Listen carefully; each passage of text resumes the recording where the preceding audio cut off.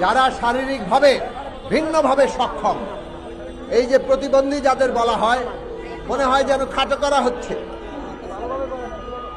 আমরা বলতে চাই যারা প্রতিবন্ধী তারা হচ্ছে আসলে শারীরিকভাবে ভিন্নভাবে সক্ষম। তো সেই যারা আছে তাদের তো এই দেশের সমাজে তাদের যে অধিকার, এটা যাতে কোনোভাবে খর্ব না হয়।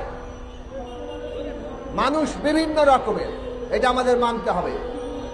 এই মানুষ বিভিন্ন রকমের, যে মানুষ প্রত্যেকে একই রকম হবে এটা ভাবা ঠিক না, প্রত্যেকে একই রকম সক্ষম হবে এটা ভাবা ঠিক না।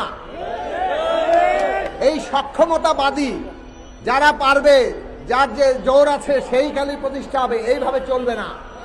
এটা কোনো আধুনিক গণতান্ত্রিক মানবিক মর্যাদার রাষ্ট্র না।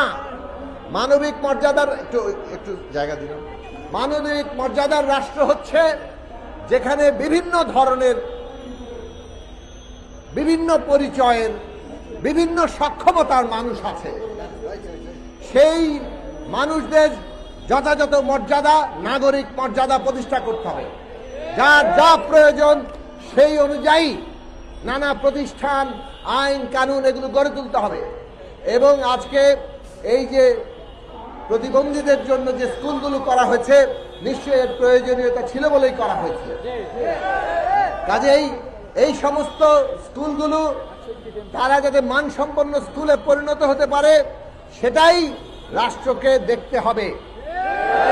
কাজে আমরা দাবি করব নতুন করে পরিদর্শন করা হোক, কোন স্কুলে কি ধরনের সীমাবদ্ধতা আছে, কিভাবে তারা পর্যায়ক্রমে দূর করবে, রাষ্ট্র কিভাবে তাদের সহায়তা করবে, যথার্থ স্বীকৃতি দিবে এবং স্কুলগুলো বাংলাদেশে কার্যকর হয়ে উঠবে।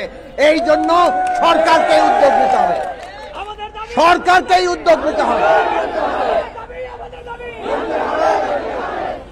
সরকারকেই উদ্যোগ নিতে হবে। কাজেই মাননীয় সমাজ কল্যাণ উপদেষ্টার কাছে আমরা অনুরোধ করব, এই যে দাবি, এই দাবি আপনারা পুনরায় বিবেচনা করবেন এবং তদনুযায়ী উদ্যোগ গ্রহণ করবেন। সরকারের কাজ জনগণের সমস্যার সমাধান করা, দেশের নানা প্রশ্নে যেসব সমস্যা আছে সমাধান করা। সমস্যার দিকে চোখ বন্ধ করে থাকলে দেশ চলবে না। কাজেই সমস্যা এখানে আছে, এই স্কুলগুলো প্রয়োজন হয়েছে বলেই তৈরি হয়েছে। কাজে স্কুলগুলোকে মানসম্পন্ন গড়ে তুলতে সাহায্য করা সরকারের দায়িত্ব। কাজেই আমরা আশা করি আমাদের এই দাবি সরকার তারা আন্তরিকতার সাথে বিবেচনা করবেন।